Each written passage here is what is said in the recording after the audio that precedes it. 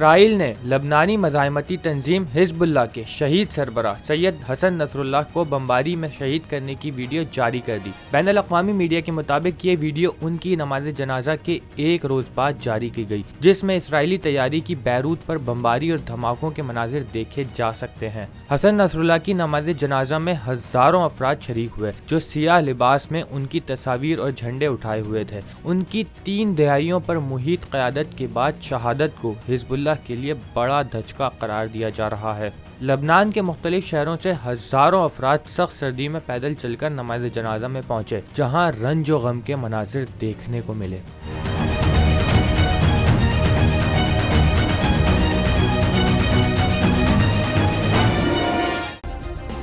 Subscribe करें और bell दबाएं ताकि कोई खबर रह न जाए।